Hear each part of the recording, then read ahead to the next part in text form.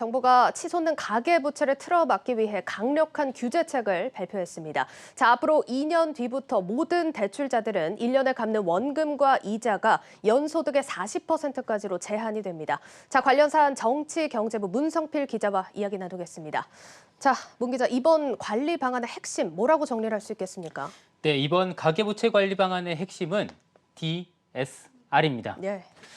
DSR은 대출 심사 때 개인의 모든 대출에 대해서 원리금 상환 부담을 계산하는 지표입니다. 연간 원리금 상환액을 연간 소득으로 나누어 계산하는 방법인데요. 지금까지는 은행 단위로 DSR 40% 수준을 유지하도록 했습니다. 이것을 은행이 아닌 개인별로 적용한다는 건 버는 만큼만 돈을 빌릴 수 있게 하겠다는 겁니다. 지금까지는 은행이 DSR 평균 40%를 지키면 됐습니다. 그렇기 때문에 A씨에게 DSR 60%를 적용하고 B씨에게 DSR 20%를 적용해도 평균이 40%니 문제가 없었거든요. 하지만 앞으로는 이런 것들이 불가능해지는 겁니다. 예, 그러니까 쉽게 얘기를 하면 이제 DSR 규제 적용이 확대된다. 이 부분은 이제 대출이 어려워진다는 얘기네요. 맞습니다. 이제 금융권에서 개인의 대출 상환 능력을 심사할 때 활용하는 기준은 총부채 상환 비율, DTI와 총부채 원리금 상환 비율, DSR 이렇게 두 가지가 있습니다. 이 둘은 얼핏 보면 비슷하지만 큰 차이가 있습니다. 이 주택담보대출 원리금에 다른 모든 부채를 더해 계산하는 것까지는 같지만 DTI는 주택담보대출을 제외한 다른 대출은 이자만 합산하는 반면에 DSR은 다른 대출도 원금과 이자를 합산해 계산합니다. 예, 사실 설명만 들어서는 잘 들어오진 않고 예시를 들어볼 수 있을까요? 네, 연소득 5천만 원인 개인이 주택담보대출 3억 6천만 원, 그리고 신용대출 3천만 원을 받았다고 가정을 해보겠습니다. 네. 자, 그럼 주택담보대출이면 연 원리금 상환액은 1,824만 원이고요. 신용대출의 연 원리금 상환액은 660만 원이 됩니다. 이 신용대출의 연 이자액은 120만 원이고요. 이럴 경우에 DTI는 약 38.8%가 됩니다. 예. 또 DSR은 49.68%가 되죠.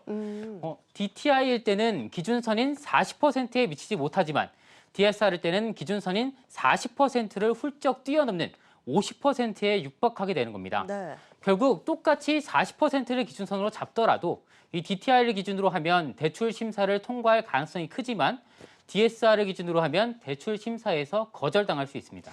적용하는 기준에 따라서 또 내용이 달라질 수 있는 만큼 잘 또 살피셔야 할 것 같은데 이게 그럼 언제부터 적용이 되는 겁니까? 오는 7월부터 일단 단계적으로 시행이 됩니다. 네. 네, 표를 보면서 설명을 드리겠습니다.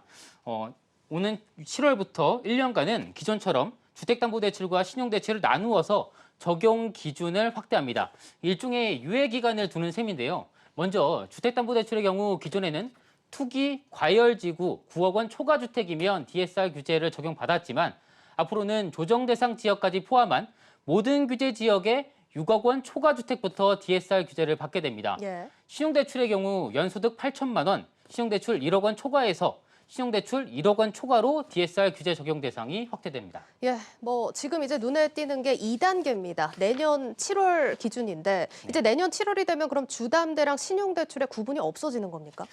일단 주택담보대출과 신용대출을 구분해서 DSR 적용 기준을 정하는 건요. 예. 아무래도 총 대출액으로 기준을 정하는 게 대상 확대 용이하기 때문에 사실 합쳐서 정하는 거거든요. 네네. 내년 7월부터는 이 주택담보대출과 신용대출의 합 총 대출액이 2억 원을 초과하게 되면 DSR 규제를 받게 됩니다.